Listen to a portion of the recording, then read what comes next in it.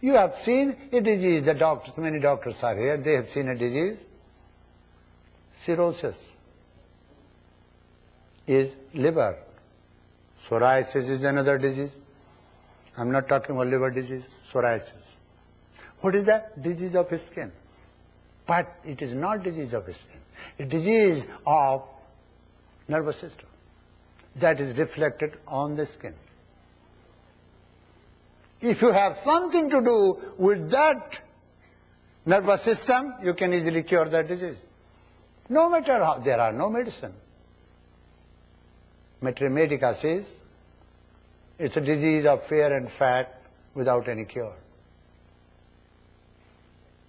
But we don't say that. It's a disease of nervous system. If you learn not to allow your nervous system to be agitated, it can be cured.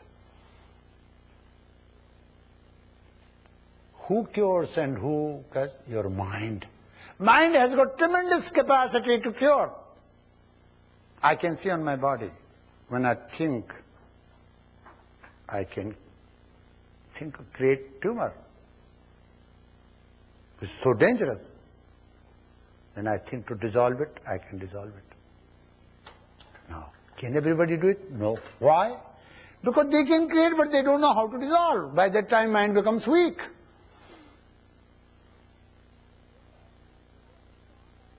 If mind remains very strong as it was created voluntarily, then it can dissolve. Mind has created cancer. There are varieties of cancer, and many cancer. There are varieties of strokes, many strokes. There are varieties of ways of heart attacks. Many heart attacks are created by our minds. Someone got lottery, and he was overjoyed. Why? Mentally. Heart failed. He died. Someone had only one son, very attached to him. He got shocked and he died. What is this? There is no shock absorber. You can create a shock absorber through your practice. You can do that.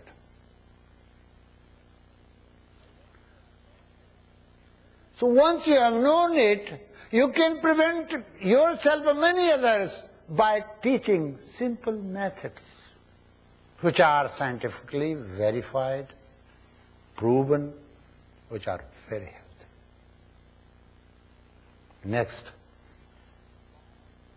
is a small part that is cultivated and cultured, educated, called conscious part of mind. For culturing that part, you go to school from the very beginning, you train your child, go to the colleges and universities. But that is just a small part of your totality of your mind.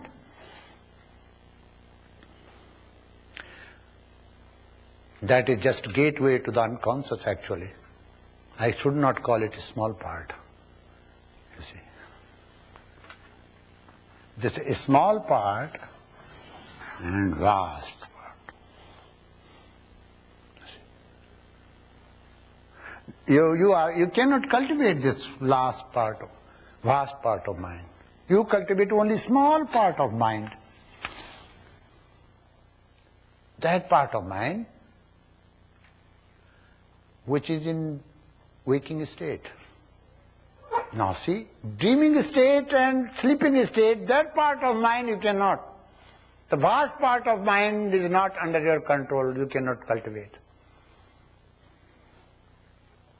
So you see, if vast part of mind is not under your control and only small part of mind is under being cultivated and that is also not under your control, who are you then? So how do you deal with it? Because you have to go through this. You have to learn to deal with it. What do you say in meditation? Oh, what this thought is coming. You fight it. That fighting is not meditation. You don't fight. All the time you fight, and you want to fight in meditation also? No.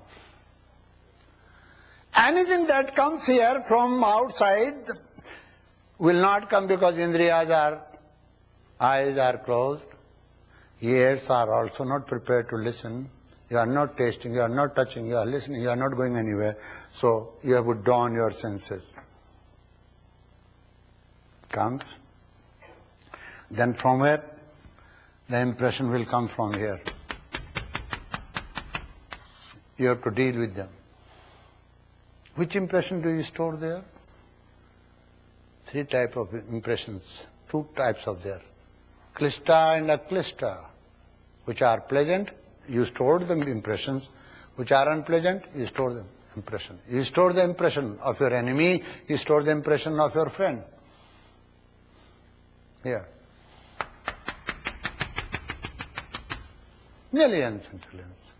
In many levels they are lying. Some are dormant, some you can see, some you can observe, some you can analyze, some you cannot analyze. You have forgotten. Suddenly one day you sit down and you suddenly remember something which you have not remembered ever, and of this lifetime. Little happening.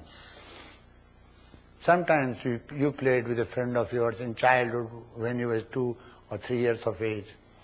You see, you hit on his nose and he bleeded. Something like that. That impression is stored here.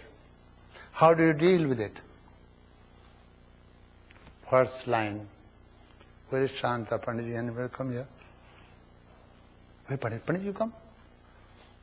Shanta is not here, eh? Okay.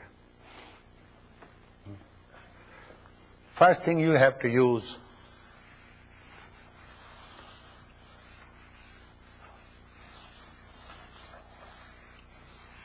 to let go.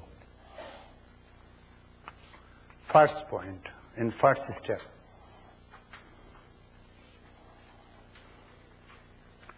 This will give you strength, and then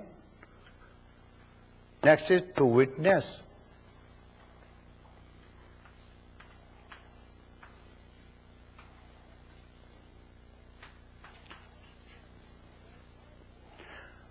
Then third step, the same process, dealing with the conscious mind. I am not talking of unconscious mind. Then comes to inspect. Then by the time you have energy, your mind is one-pointed. When you have done this, you are capable to go through, you are capable to fly your plane. You are wonderful champion. You know, your mind is like your plane that takes off but does not know how to land. And there is crash all the time. Okay. But here, you go through this and go through the most dangerous clouds, black clouds. When a pilot goes through it, he knows. But some of the adventurers go through it. Here, the adventurer for Samadhi, after preparing this, goes through Dharma Megha, Samadhi attain, going through those clouds. Others cannot hear, but the sounds they go through, like avalanche sounds coming. Because he's crossing. He's going beyond the normal laws of life. He is going to the unconscious. You see. Many people say you can go through unconscious mind. And many people say you can call from the unconscious and be conscious there and to let go everything. Sooner or later they will go away. Some people say one can bypass. So there are 3 routes from here. You see. For attaining beyond. Attaining, having, going through the unconscious mind. Once you have gone through unconscious mind, then you know about yourself well.